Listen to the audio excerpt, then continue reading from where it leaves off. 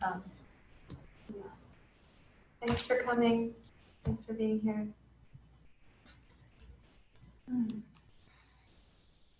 I'm just going to let a couple more people settle in because I can see there's activity to do. We will start with a seated meditation, so if you're ready for that, certainly you can get comfortable. Rebecca is still here helping me, so if you have a question, you can also ask her in the chat. Thank you, Rebecca. Okay, and one other note is that for class today, it'll be really helpful if you have a tennis ball. So can you let Rebecca know if you don't have a tennis ball, because then I will say, and if you don't have a tennis ball, try it like this. So if you don't have a tennis ball, you can let her know. If you do have one, no need to tell her that. Okay, let's take a comfortable seat and we will begin. Yes, welcome everyone. As you take a comfortable seat, go ahead and close your eyes and let your attention come inward and downward. Even though it's morning, for some of us who wake up in the morning and the ceiling fan of the mind is already going, so let your attention come inward and downward.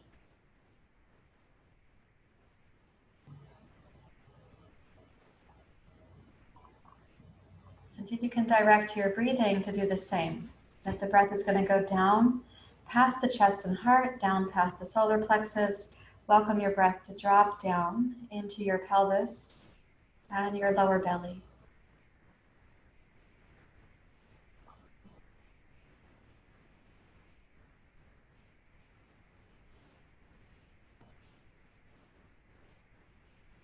And when the breath comes down, I'm going to ask you, you don't have to make a vigorous breath, but try to have the inhale gently balanced with your exhale.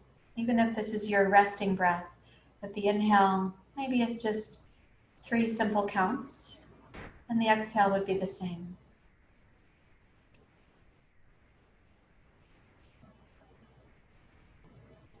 Try to sense the breath bringing you down to touch the places where you are in contact with the ground beneath you. So connecting to the earth element, the first chakra, and our needs for safety, stability, and consistency. This is why we want the inhale to be balanced with the exhale.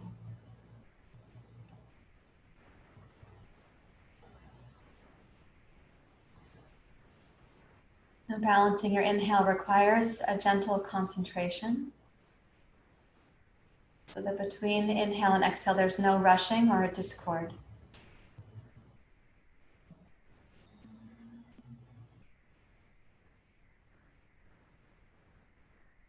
This invitation for concentration is also to say, let's pull ourselves back into the here and now, into your practice, and release the seemingly powerful tug of things other than being on your yoga mat right now.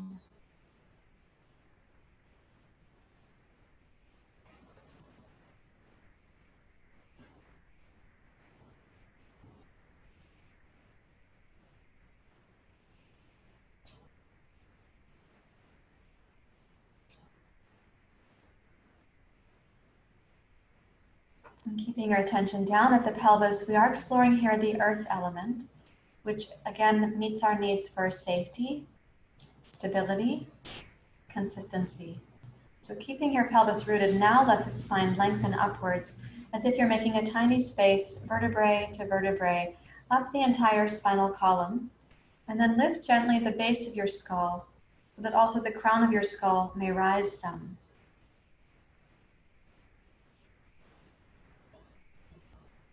And now start to make the breath more rhythmic and a little bit more purposeful. So the inhale can go from the low pelvis up through the front line of your spine. And imagine the breath going all the way up through the upper palate and the crown of the skull. And then the exhale, I'd like you to focus that just above your pubic bone, as if you were zipping up the low belly towards the solar plexus. And inhale again from your pelvis, up the front line of your spine, just as far up as your inhale can go. You might be noticing that it goes quite far. or that you have a limitation somewhere. And then exhale to tone the low belly again. And please do that twice more.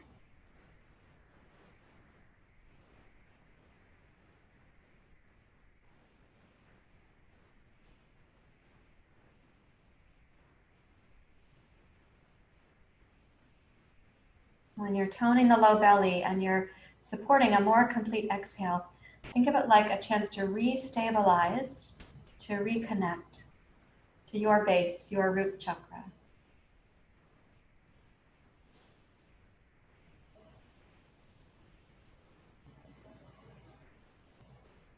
And then releasing the practice of the breath, please join your hands to your heart. And from where you are right now, seated on the floor, connected to the ground, I'd like you to imagine the dimensions of the space in which you're sitting might be limited, but your awareness can go beyond that. So imagine out beyond your yoga mat, the earth beneath your house, your apartment or your condo, your tent. Imagine the circumference continuing beyond your own personal home or the building in which you are living. And imagine the widening of your sense of earth to include all others who are in class this morning and all others, the globe itself.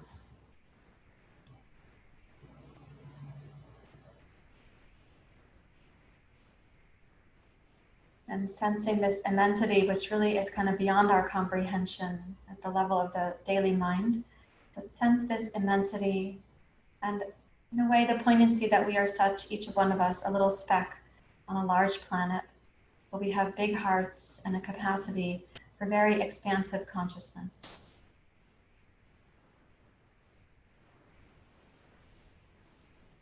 So you may sing with me if you like. Sahana vavatu, Sahana bhunaktu, Saviryam karavavaye,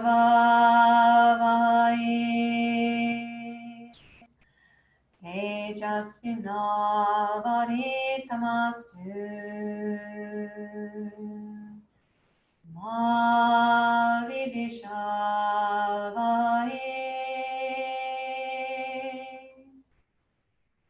Sahana vavatu, Sahana bhunaktu,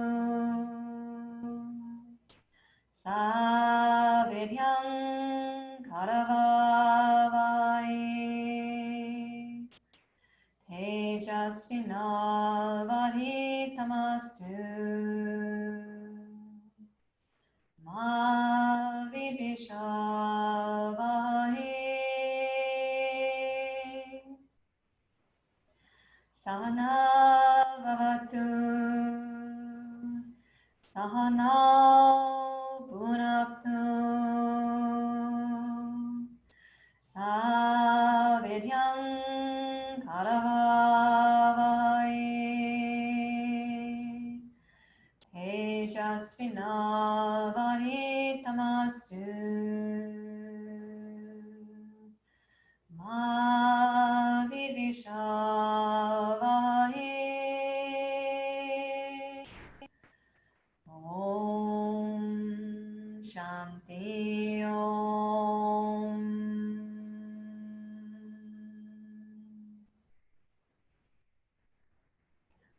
So not only are we connected beyond the circumference of our personal seat here, we are also connected back in time to the tradition of yoga and forward in time to the practice's continuation, as we are now chaperones of or stewards of the yoga practice. What flows from our life, our relationships, our speech, and our actions is demonstrating to others the practice of yoga. Thank you for being here. You may bow your head to your heart and release your hands.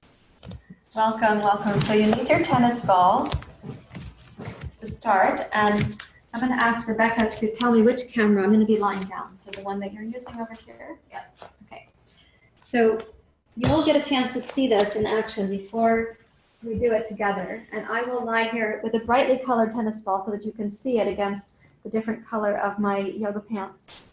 So I want this to go under at the base where the sitting bone is. We're going to start with that bony landmark. And I place the tennis ball and then place my foot flat on the floor. And essentially you're going to be just taking the knee out to the side and then back up to center. And we're going to do a couple of trigger points, as it were, or myofascial release points here. So start with the tennis ball pretty low to your sitting bone. And then fan your right knee out and back in.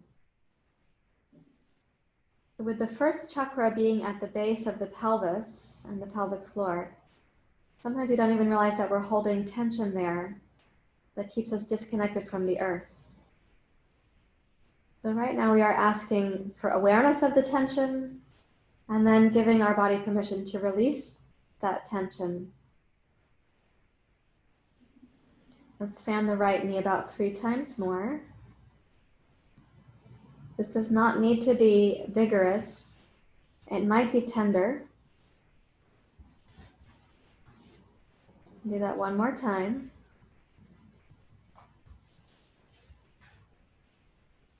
And then roll this back up to center. Place your right foot flat on the floor. Pick up your hips and glide the tennis ball up 1 tennis ball length. Like Mother, may I have 1 tennis ball roll? Yes, you may. So now the tennis ball is touching the side of your sacrum. It's above the sitting bone. And we're going to again fan the knee out to the side and up to center. So the sacrum is a triangular shaped bone at the base of the spine. And the bottom of the sacrum is the tailbone. We are above the tailbone and the sitting bone right now,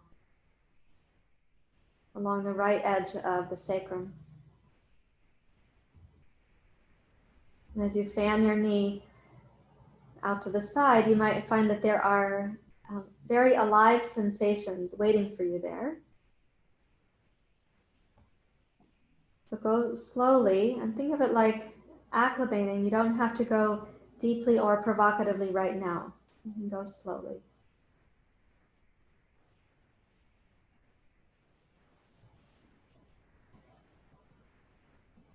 Do that one more time, please.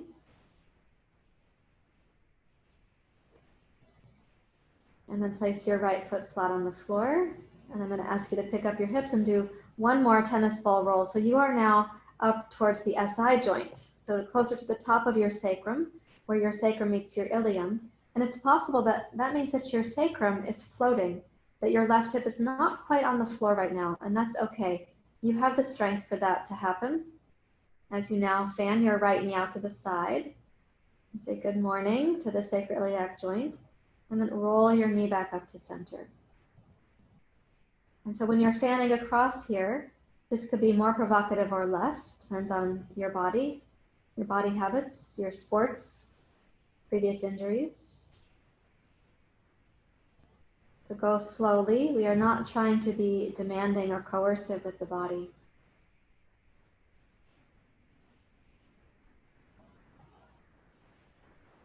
And please do that 3 times more.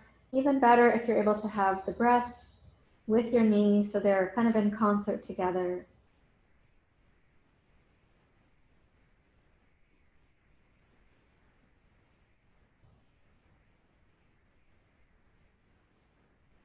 And then roll back up to center. Now put your weight into your left heel and cross your right ankle over your left knee.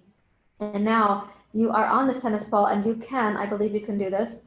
We're going to swing the hips. The tennis ball rolls to the outer hip, and then you're going to roll your hips back to where they just were. So there's center. Roll your hips left and your right knee down. You're rolling on the tennis ball. Roll back to center. So this is called going on the latitude. When I talk about it in the body, the latitude, the longitude would be from the top of the head to the feet or the tailbone. So we're on the latitude, and one of the muscles that we're working with right here is your piriformis. So roll it a couple times more, and even better if the breath is smooth and it's in rhythm with your roll.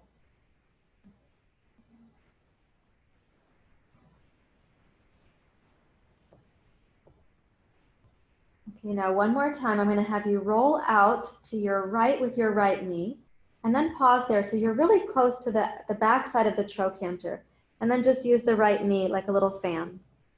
So you press it away from your shoulder, bring it towards your shoulder, and try to smile at the sensations. For those of you who already know me, and many of you do, I don't know for how long, so I have to put this in a timestamp. Years ago, I was in a car accident. I had my feet on the dashboard when my friend who was driving, we hit the car in front of us. And that resulted in 2 major surgeries. One was a hip replacement on my right leg. And the surgeon used the incision of the piriformis, the line of the piriformis, to make the incision for the surgery. So if you're having provocative sensations right now, please know that I do understand. And this little fanning of the right knee is to get behind the trochanter on the tiny insertions of muscles that are there. Let's do it twice more. What a joy to have this time to practice this for yourself. So I'm recommending you smile at your body. And then let's come up, put the tennis ball aside. Okay, now stretch your right leg and left leg for a few moments to Shavasana, and notice what happens at the gateway at the back of your right pelvis.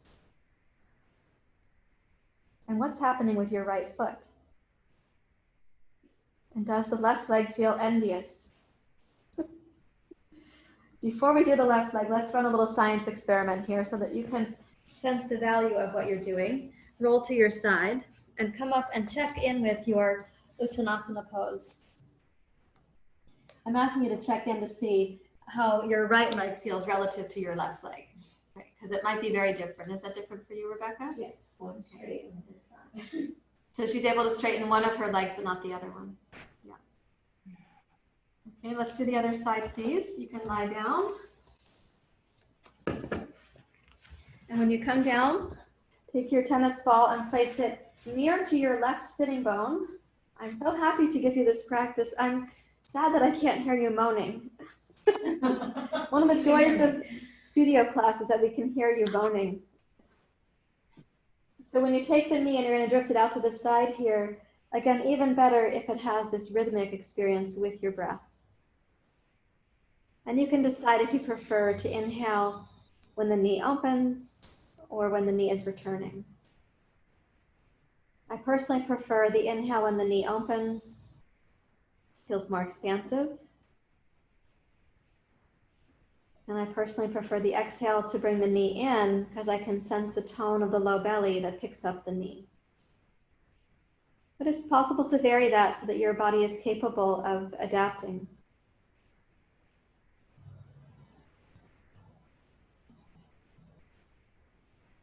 Let's do it about 3 times more right here at the left sitting bone.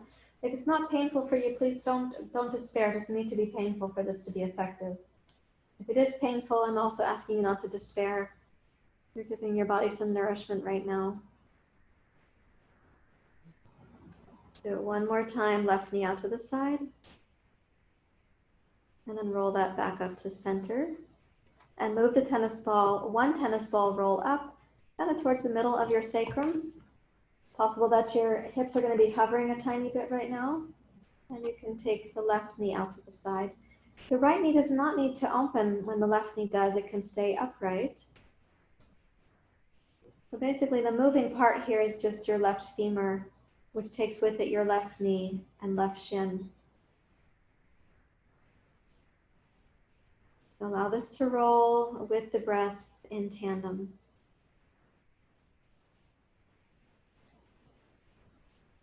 When you take the knee out to the side, consider at the end range there you've got this pause in the breath cycle, and the inner left thigh can relax. And when you bring your knee up to center, consider again there's a pause at the top or bottom of the breath. The belly is toned.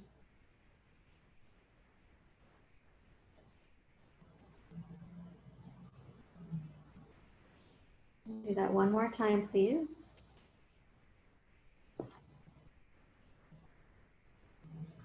And then as you exhale or inhale, whichever one you're using, your knee comes up to center. Press into your right foot and move the tennis ball up. So it's going to go under the top of the sacrum. It's right near the SI joint. And now your hips are likely hovering. You could put the right hip down, but it would probably tip your pelvis down to the right. And that might make this a different experience for you than what I'm intending. Because I would like your pelvis to be level when you drop your left knee out to the side, and there you feel that the right low belly helps you to bring your left knee up to center. So when the left knee drifts out, you can think of that like a wave, the breath and body working together. When your left knee drifts in, like a wave returning to center. Let's do this 4 times more. Remember, you've made a choice to be here. You've done a good job with your self-care by showing up. These sensations will not last for your entire practice. And your body might be revealing to you some places of tightness that you didn't realize were there. So smile with appreciation. Your body is informing you.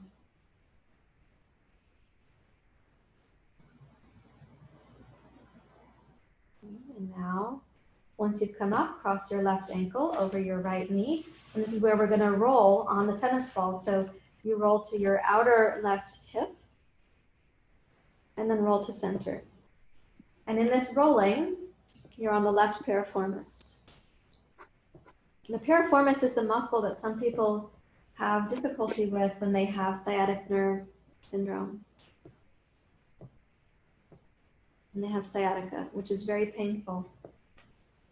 So as you're rolling through, imagine the goodness that you're offering, some circulation, some myofascial release. Please be gentle. If it's excruciating, I should have said this sooner, you put a blanket under the tennis ball on your yoga mat to make it a more gentle experience. You also could choose to wear bicycle shorts, but you have to adapt them to put padding at the back and outer hips. So those will be called yoga shorts. Okay, one more time, please roll to your left and then find that place where you can rest at the back of the trochanter and fan the left knee open and then towards your shoulder. So that fanning, you've got some weight on the tennis ball, so please be thoughtful about the pace with which you're moving and the attitude of the movement as well. This place right behind the trochanter, there are very important muscles here that are a part of an action that your body needs for the standing poses of yoga. That action is called external rotation. We get to rotate the thighs externally, even in weight-bearing positions like the standing poses of yoga.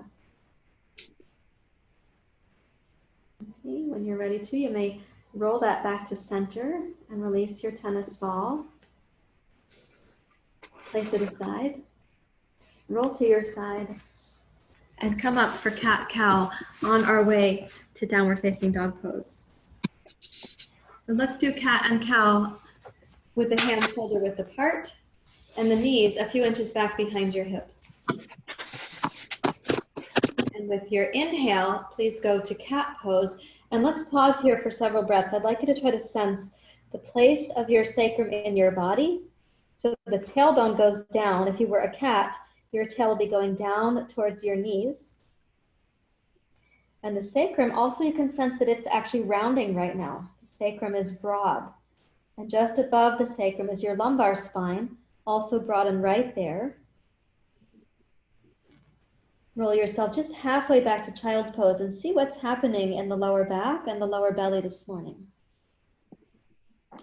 And then roll forward to cat pose. And now start from your tailbone and transition to cow pose. And think of it as the tailbone, the sacrum, and then lumbar vertebrae 5, 4, 3, and going up the spine to the heart. Now start from your tailbone to go back to cat pose. And as the tailbone goes down and cat pose becomes broad, then go halfway back to child's pose, keeping your cat pose shape so you can really feel into your lumbar spine. Inhale, come to cat. Exhale to cow. Inhale to cat.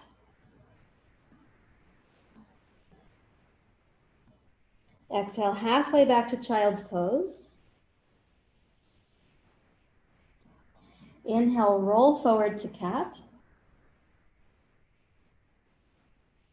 Exhale, glide forward to cow pose. Bring your heart forward. And now come to table pose. And then look down at your hands and knees. And please step your left hand and your right knee forward one tiny step, as if you're crawling. And now inhale to cat pose again. It's going to be asymmetrical. When you exhale, go halfway back to child's pose without swinging your hips to the side. And then inhale, roll forward to your asymmetrical cat pose again. And now glide your heart forward to the asymmetrical cow pose. Okay, inhale to cat. Now exhale halfway back to child's pose. Keep both arms straight and strong. And inhale, roll forward to your cat pose. Exhale to cow. Now I'm going to add something to the sequence here. So as you go back to your cat pose, make both arms straight and strong. Now go halfway back to child's pose and pause right here and pick up your right knee towards your right elbow.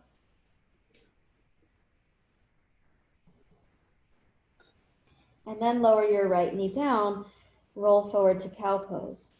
Undulate the spine through that. Inhale, cat pose. Halfway back to child's pose. Keep both arms straight and strong and the left knee grounded. Float your right knee up towards your right armpit or elbow. And then roll your knee down and glide your heart forward to cow pose. And then step back to table so things are symmetrical again. And now bring your right hand and left knee forward, like you're crawling. And let's inhale to cat. Exhale halfway back to child's pose. Please keep the arms straight. I want you to find your right lower back here. Inhale, roll forward to cat pose. It is asymmetrical. Exhale, roll forward to cow pose. This is also asymmetrical. Inhale to cat. Exhale halfway back to child's pose. Feel into your lower back. Keep the elbows straight and strong. Inhale to cat. Exhale to cow. Now we're going to add that unusual action into the sequence. So inhale to cat pose. Let's go halfway back to child's pose. And right here, keep your arms straight and strong and pick up your left knee towards your left elbow or armpit. And then glide your left knee down as you come forward to cow pose. And then cat pose. And halfway back to child's pose without any sense of rushing. Pause here, stabilize with your hands and your right knee. Pick up your left knee. And roll that down as you glide forward to cow. And last time, inhale to cat. Keep both arms strong and stable like the earth. Go halfway back to child's pose. Keep your right knee grounded and float your left knee up. And then glide your left knee back to the floor and sit back, excuse me, to kneeling. You may choose to sit back and take a block to kneel on like this. Rest your hands, palms face down in your lap. And try to sense the energy moving at the back of your sacrum, your tailbone, maybe even in the low belly, and how your hips settle onto the block or onto your heels if you're not using the block.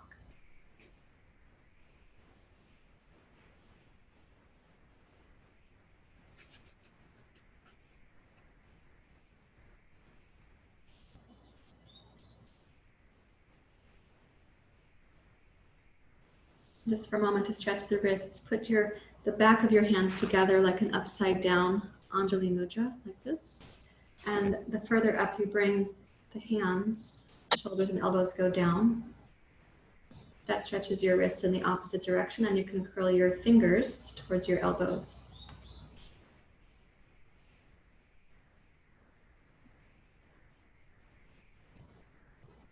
And stretch the fingers out.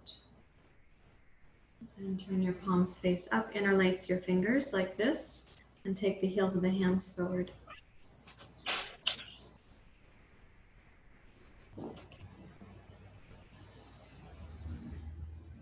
And then roll that back through. And shake out your hands and wrists.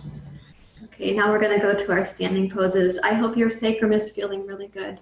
You're over here, but your camera's over there. So I hope your sacrum's feeling good and that you feel like you have sort of tapped into some vitality that might have been hidden under the stress of daily living. So I'll move my blankets out of the way. Please come up to standing with your 2 blocks. I'm so excited for you to be more vital people. So I know you're already vital people, but I mean, we're going to increase it or sustain it or at least not spend it unwisely. So let's take the 2 blocks. When you take a wide stance, so your feet are about the length of one leg, put a block next to each foot so it'll be there for you to plan in advance. Right now we can have the feet parallel. Place your hands on your hips. Take a deep breath in.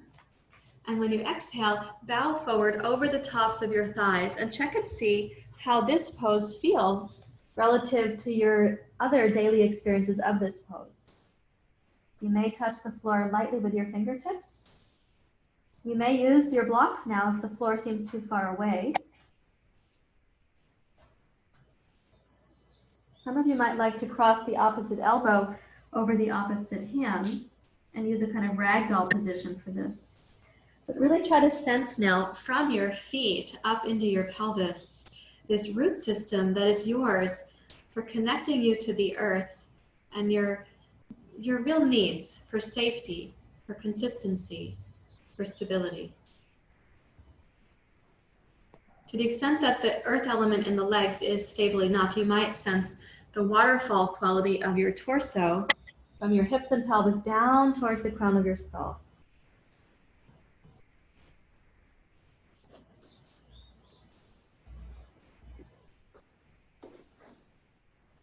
Now please shift your hands back up to your hips and rise up to standing. Okay, so our first standing pose is going to be side angle pose. Please turn your right foot directly to your right.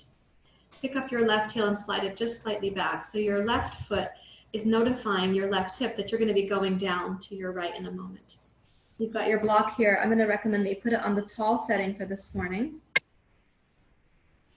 Now before we go down, I'd like you to place your hands on your hips so your fingers are on the front of your hip bones. Wrap your thumbs around just wherever they happen to touch to based on the size of your hand and the size of your pelvis. And root the back of the pelvis down.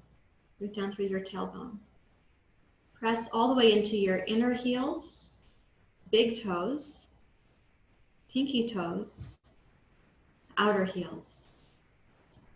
Notice that those 4 actions each have a corresponding response in the pelvis and the pelvic floor. Try it again, root down through your tailbone into the inner heels, big toes, pinky toes, outer heels. And then exhale and glide your right knee into side angle pose. Rotate your pelvis, it is turning a little bit like a teapot, and place your right hand firmly on your block. I like to use my fingertips or my knuckles here instead of the flat palm. You can use the right arm to help you keep your right knee pressed open as you rotate from your low belly, mid belly, and heart. Roll your left shoulder back. Place your left hand on the back of your sacrum, right where the work we've been doing has been. At the top of the sacrum, I'd like you to feel in there if you're overarching your lower back. And if that is possible, try using your fingers to gently glide the sacrum towards your tailbone and towards your left heel. And when that feels more established, it would not surprise me if your right inner thigh is stretching more. So keeping that now, inhale, sweep your left arm past your left ear.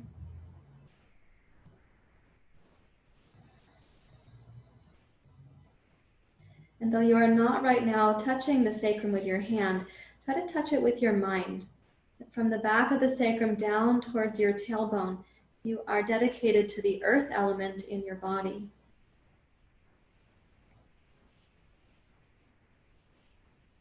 So the chakra associated with the sacrum is actually the water element chakra. The earth element is from the pelvic floor and the tailbone. So also allow the breath to fill the pelvis like water fills the container given to it.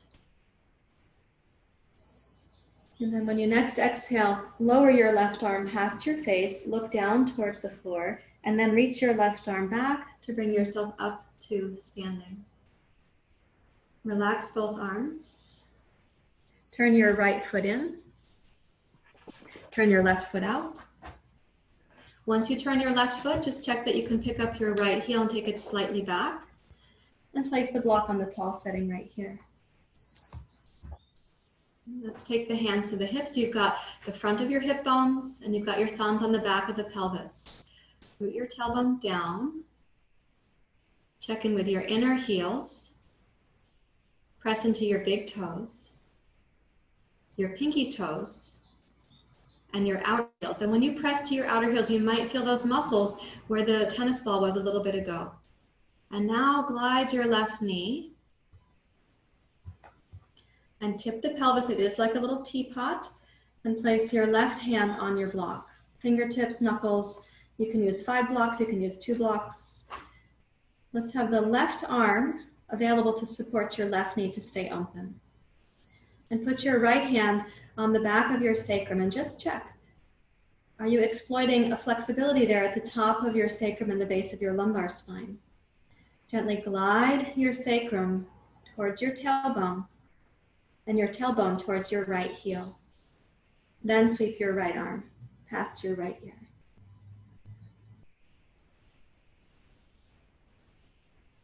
So you stay focused on the earth element for your legs and your pelvis. And the water element, we're going to imagine that the breath is moving like water into the space made available to it. So less belly tension, more receptivity to the breath. And feel the inner body, even as the breath comes down, you're massaging some of these important muscles from the inside. You're also massaging the organs of the abdomen. And as you next exhale, start bringing your right arm down, gaze down towards the floor. Bring the right arm now back and lift yourself up to standing. Let's make the feet parallel. Place your hands on your hips and for a moment, come down to your parsvakonasana and check in.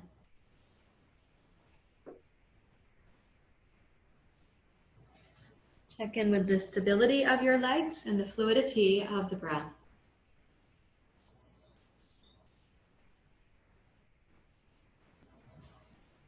Okay, and then place your hands on your hips and please rise up to standing.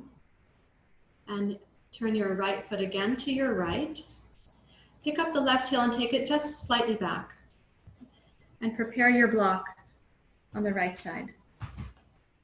Okay, this time when we practice, I want to show you something here because I'm going to say for the back foot that you're going to tippy toe and then you'll be rooting the back heel down again. So you need to have some stability for that to happen.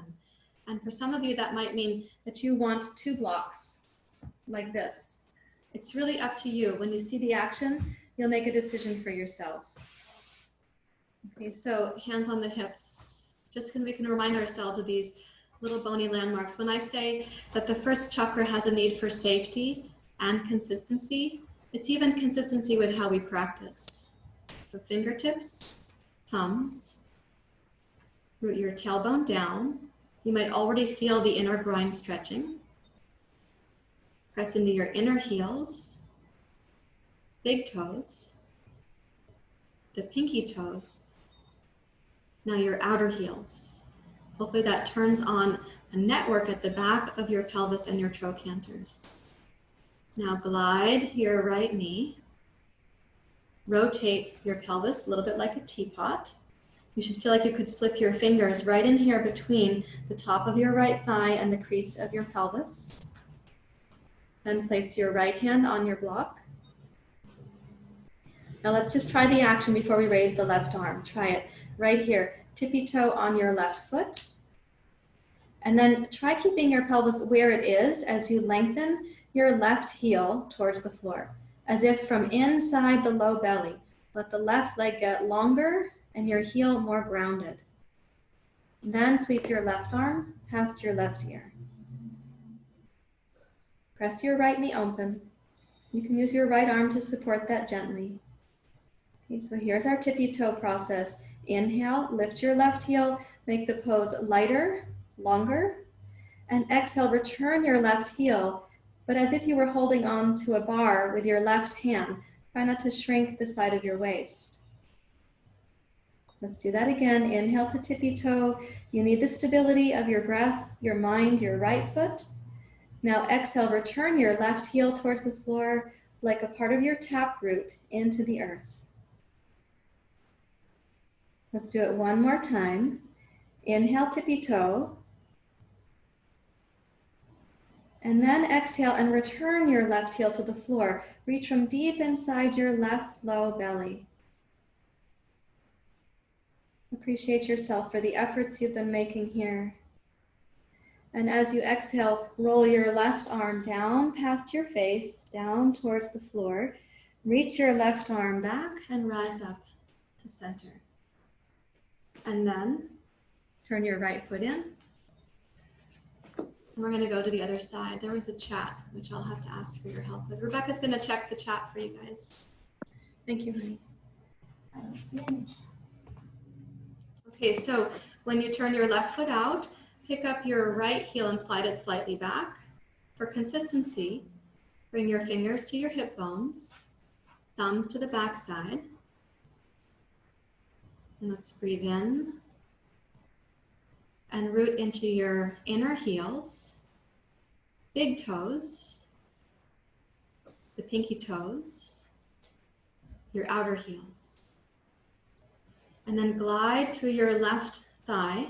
You should feel like you can fit your left hand into the crease at the top of your left thigh, so that as you tip the pelvis, you're not completely closing that crease. There's a little spot wide enough for your finger to slide in there. Place your left hand. Before you raise your right arm, let's practice the tippy toe action. Pick up your right heel. And then root your right leg into your right heel. Go from deep inside your right low belly. Now let's add the arm. Inhale.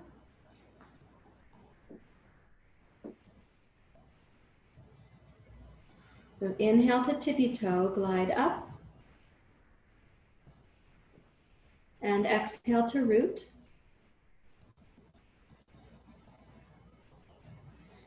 Inhale to tippy toe. And exhale to root.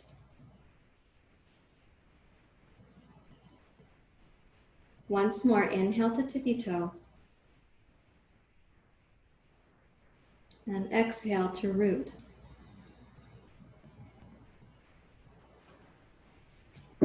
Listen to the earth element in the lower hemisphere of your body and the breath moving like the water element, welcomed into the pelvis. And as you exhale, glide your right arm down past your face towards the floor and sweep your right arm back as you rise up. Make your feet parallel and come down to Prasarita Padottanasana.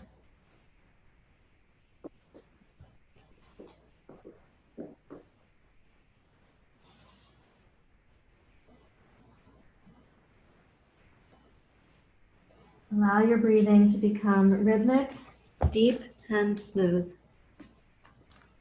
So you can really have a sense that there is like an inner yoga that the breath is helping you with right now.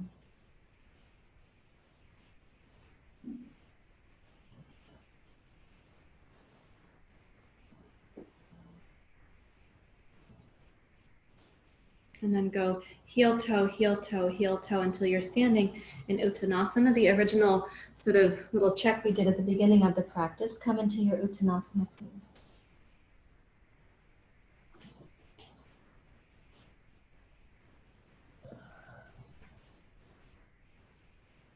Without needing to raise your head, please walk into your downward facing dog pose, which you might have to turn the other way on your mat to do. So please walk your hands and feet out into your downward facing dog.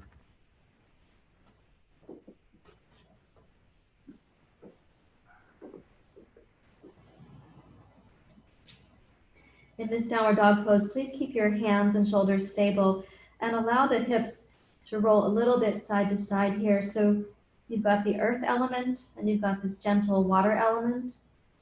As you roll your pelvis side to side, you can keep the toes stable.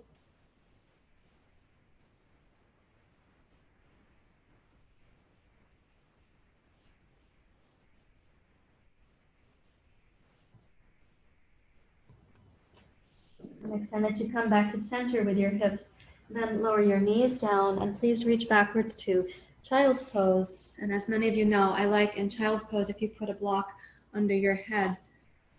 It supports the neck alignment of today's forward head position phenomena from our computers and our small devices. So please place a block under your head and come down to child's pose.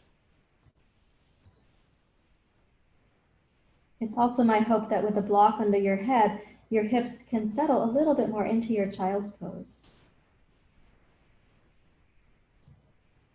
And imagine again the small circumference of the space that you occupy on the earth. But let that awareness start spreading out circumferentially beyond your yoga mat, beyond the room in which you're practicing,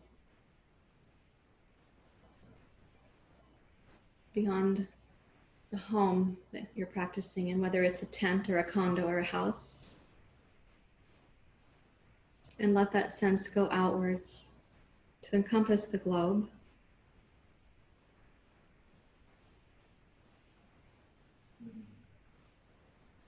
May all beings everywhere have access to some self-care practices during this really difficult time.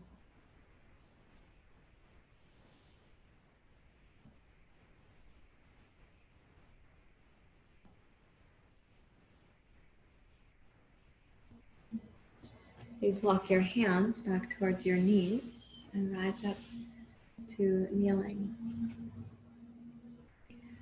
Okay, I'm going to do a little bit of blanket folding and ask you to follow along, and then we'll be doing a recline practice for the deep low belly. So she'll change the camera angle. You take one blanket to start and unfold it. So this is the storage fold at our yoga studio. And you're going to unfold it once, like this.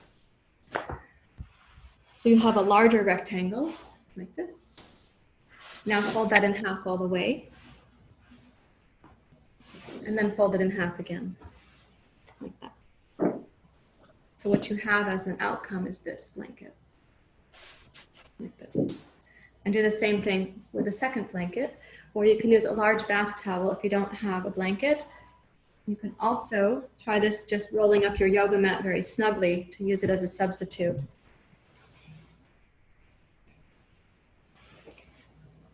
So I do have a rolled yoga mat here. This is like a cooking show where you already have some of the props. All the vegetables are chopped already. So you can also use a rolled yoga mat for this. It is a little bit less effective, but it has its own value for the practice. So now we have whatever prop you've been able to improvise there. I'm going to ask you to place this. It's going to go under your hips. So watch how I get into my position here. I'm going to kneel alongside the blankets or the rolled yoga mat. And I place the hips here and then lie down as if I'm rolling into bed. Okay, so here we are. I'm going to move my hair off my face. Here we are with the hips elevated for this knees to chest position. And if you just check that when you straighten one leg, you're not going to knock something over, like your water glass in my case. How am I doing? Okay. And then you can check that the other leg, if you straighten it out, you're not going to knock over your water glass. Am I doing okay? You're above it. Okay. Okay, so then bring both knees to the chest, and I hope that the yoga mat roll or the blanket roll really lets the knees just drop into the chest, that it's relaxing. You're not trying to hold with your hip flexors or your hands. The knees can be separated a little bit so that the abdomen is free to breathe. Lengthen the back of your neck, please. And now just watch the breath to see if it can come down to touch the low belly. Is it allowed in? Is there a receptivity to the low belly?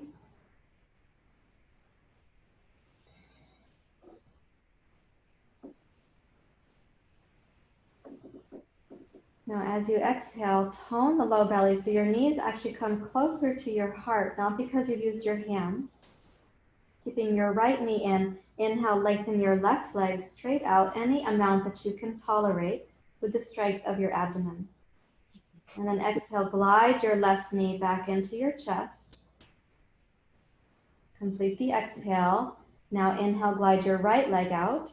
Very important that you are discerning about how far to take the right leg. Exhale, bring your right knee in. So it really should feel to you that when you're lengthening your left leg out, your right knee stays as close to your chest as when you start. And the lower back is not caused to be chaotic. Exhale, glide your left knee in. Inhale, glide the right leg out. Exhale, glide that in. Relax your fingers. They are not a part of your support team right now. Your tongue can also be relaxed as you inhale, glide your left leg out. And then glide your left knee in. Inhale, glide the right leg.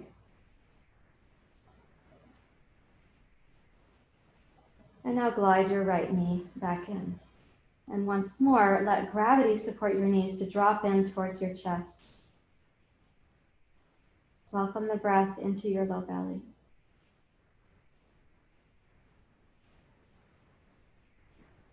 And toning your low belly, very carefully, place both feet lightly on the floor. Your hips are elevated, so touch the toes down thoughtfully.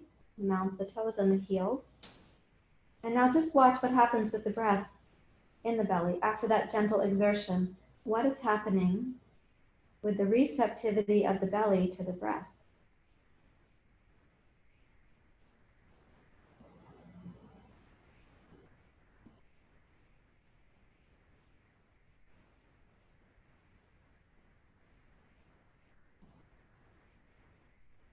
Now we'll do a spine twist while the hips are elevated. And I'm planning a pranayama practice for the end of this morning's class. So what you notice right now about the breath in the belly is going to be important there. So please bring both knees up to your chest. Take the arms out in a T shape. And be aware that you do not need to get down to the floor with the knees for this twist. So keeping your nose centered, take both knees and your pelvis down to your left, just as far as your right shoulder stays on the floor. So your responsibility here is to your right shoulder for grounding,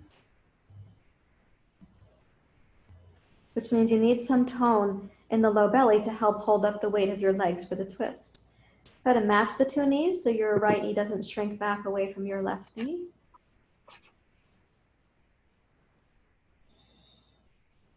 And then roll this back to center using your belly muscles to help so that the hips, thighs, knees, pelvis, shins, it's like one unit.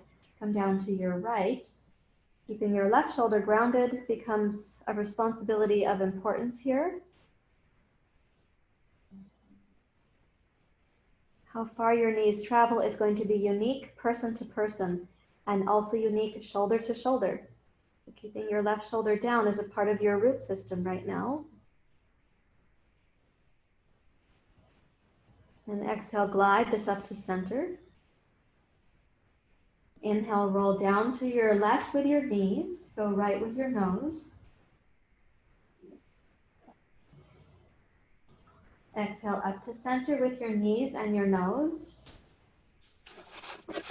Inhale, knees right, nose left.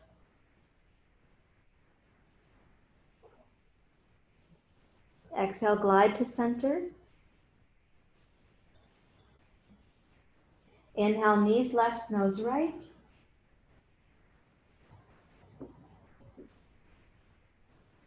Exhale, glide to center. Inhale, knees right, nose left.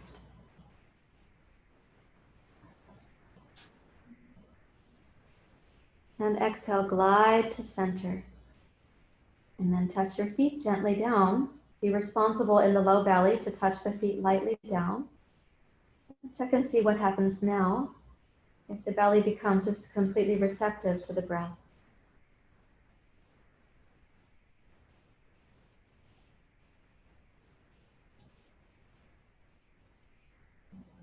close your eyes and really go in to sense the landscape, the internal landscape of the low belly. Receiving the breath, just like the element of water, it flows into the space made available to it.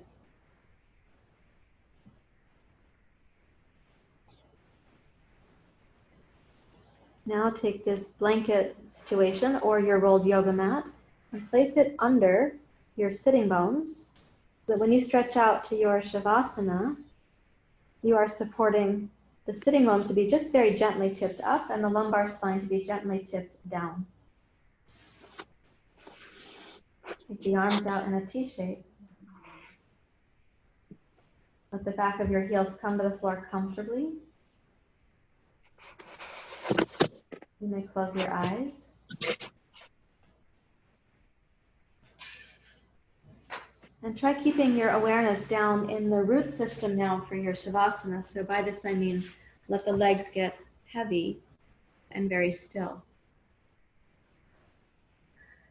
Now we know, of course, that the earth is not that still. There's a lot of life going on in the root systems.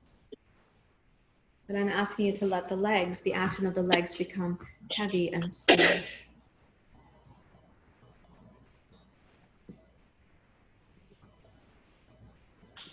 And imagine these tiny root tendrils that come off the back of your legs.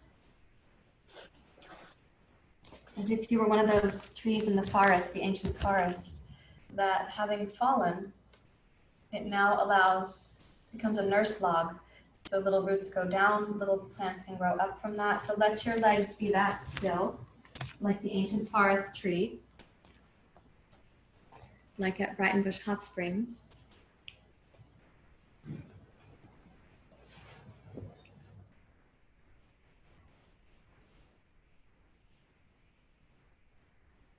So the blanket that you have pressed away, I'm going to ask just that you check it's from your sitting bones down towards your thighs. The blanket is not still under your pelvis. You've moved it down far enough that it's below your sitting bones. Your pelvis is actually on the floor. You just had this very tiny lift to the sitting bones themselves. That's better, Rebecca. Yeah.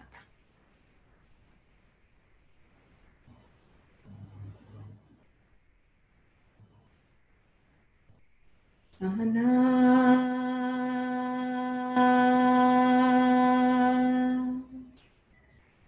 Vavatu.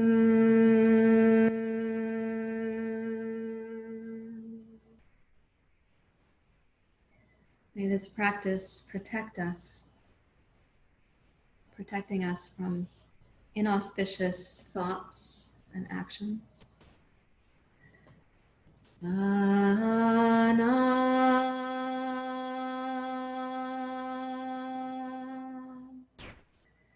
Vavatu.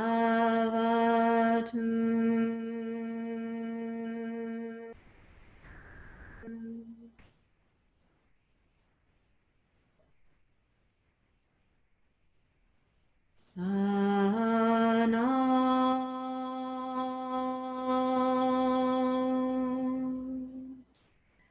Bunaktu.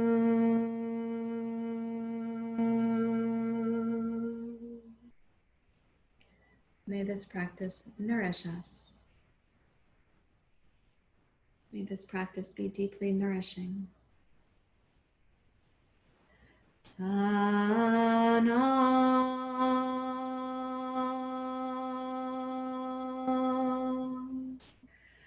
Bunaktu.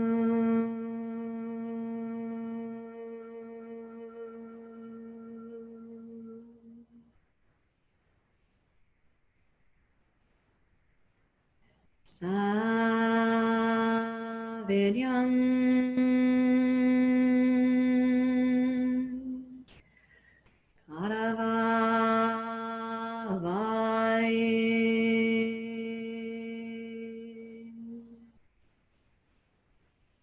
May this practice bring strength for when vigor is needed. Sana bunaktu. Saviryam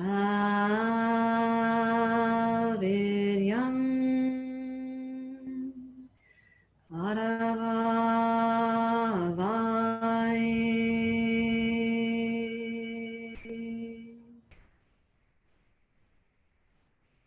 Tejasvina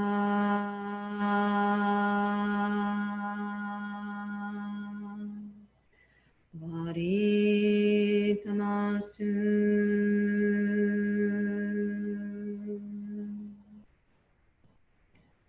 May the practice help us in overcoming darkness, heaviness, or doubt, and returning to the luminous, to that which is lucid and clear. Saviryam Karavavai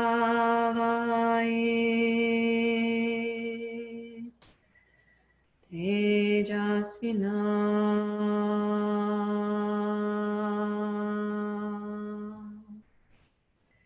Wadi Tamasu.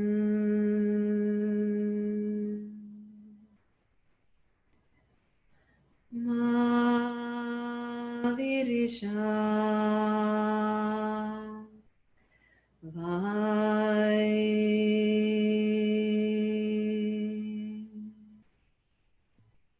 May we not be moved to animosity or impatience. May we not be moved to animosity or impatience. Mavirisha Vai.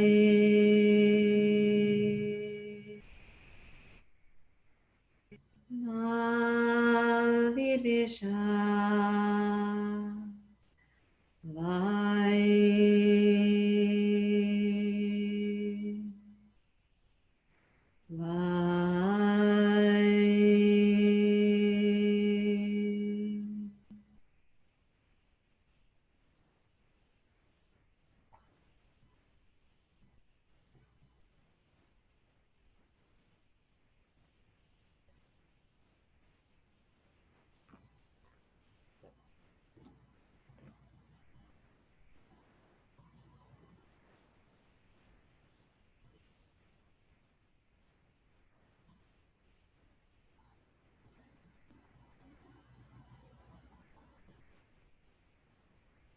Allow your body to become more deeply relaxed, even more profoundly at ease.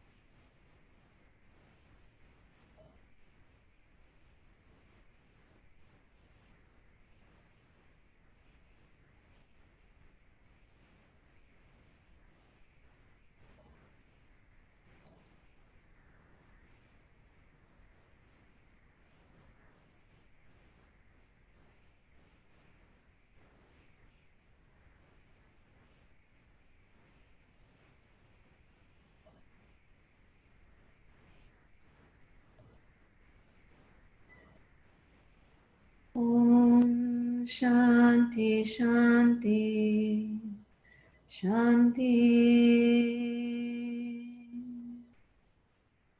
Hari Om.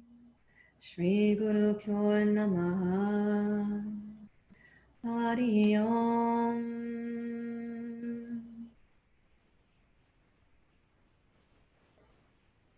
Please welcome a slightly deeper breath. And gently wiggle your fingers and your toes.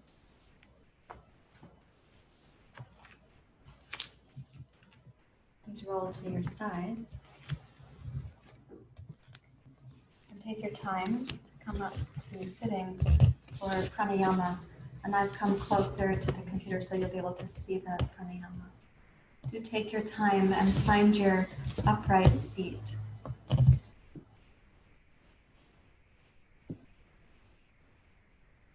This is a pranayama practice I'm going to recommend you try when you have an empty stomach, so you're not interfering with your pranayama with food, but also when your mind feels like it's in discord between your right brain and your left brain.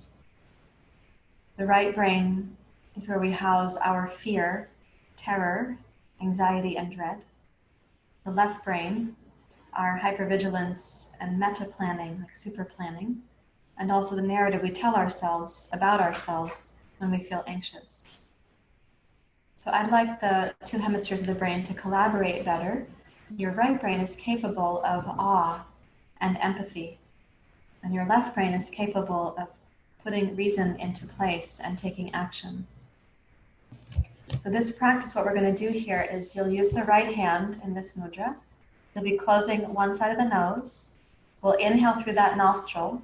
We're going to hold the breath. We'll exhale like we're blowing out through a straw. That's going to cause you to squeeze the belly, squeeze the belly, squeeze the belly. And then you let the next inhale just flower into the belly. And then we'll repeat the cycle. So it's actually a 2-breath pranayama, 2 breath cycles for each side of the nostril. So bring your first 2 fingers in like this. And then place your right hand. Close the right side of your nose. Now inhale left nostril only from the base of the pelvis up to the heart.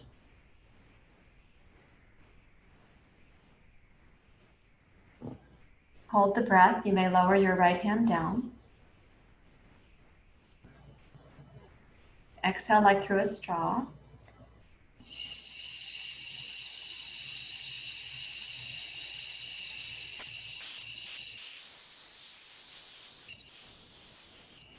Squeeze the end of the exhale and the belly, and then radically relax the belly, and let the next inhale just flower. It just blossoms into the body.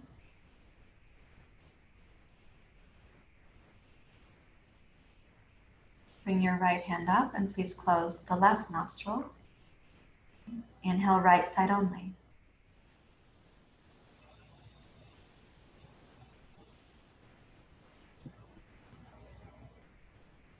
Hold the breath. You may release your right hand.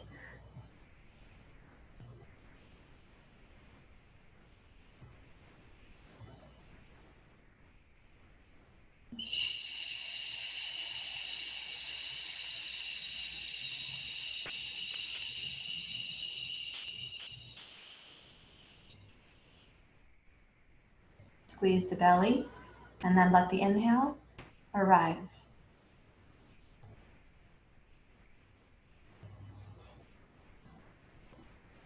Now bring the right hand back up, close the right side of the nose, inhale left.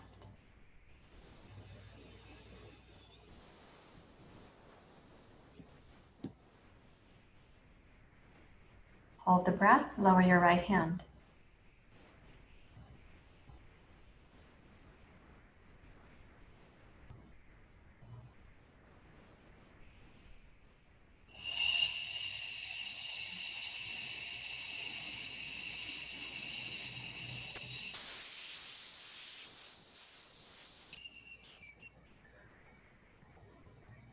Welcome the inhale, the breath that just comes to breathe you.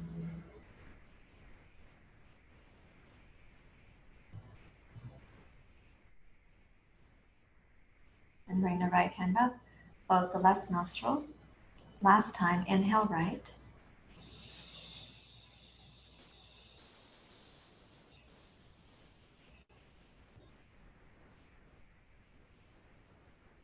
Hold the breath.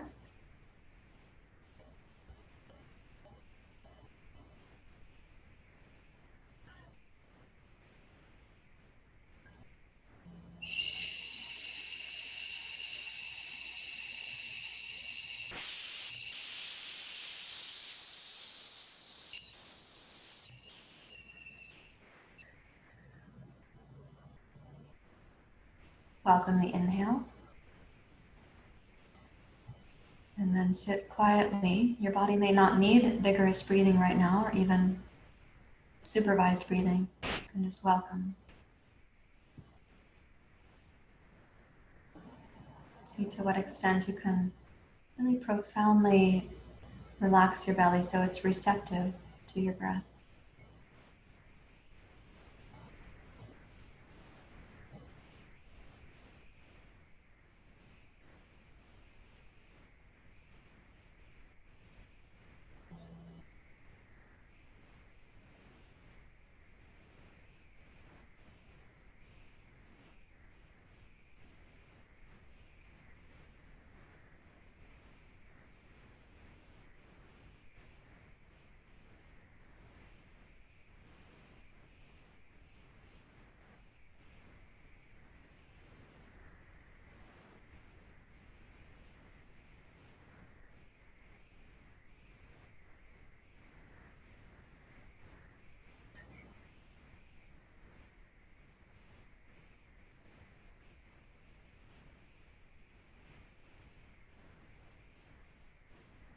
Imagine the small circumference that you occupy on the earth, and that circumference going out, encompassing all others who are practicing with you right now,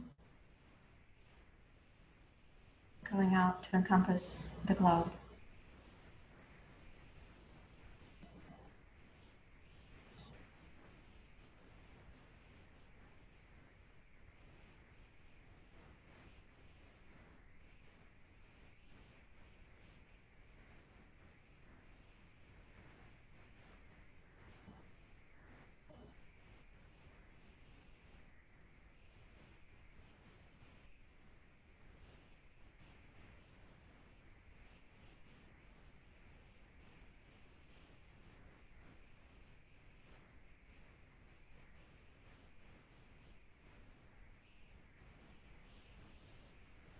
Please bring your hands together at your heart.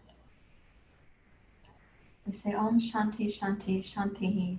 May there be peace, peace, everlasting peace. Peace to overcome the three kinds of suffering. We'll talk about that later in the Dharma time. These three realms of suffering. Let's sing together. Om Shanti Shanti Shanti. Again. Om Shanti Shanti Shanti. One more. Om Shanti Shanti Shanti.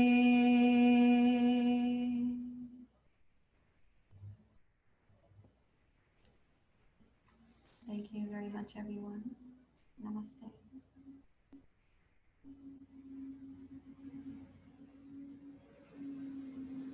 So nice to be with you. We'll have a little time for visiting now, so I'll come up closer to the computer. You're welcome to do the same if you like.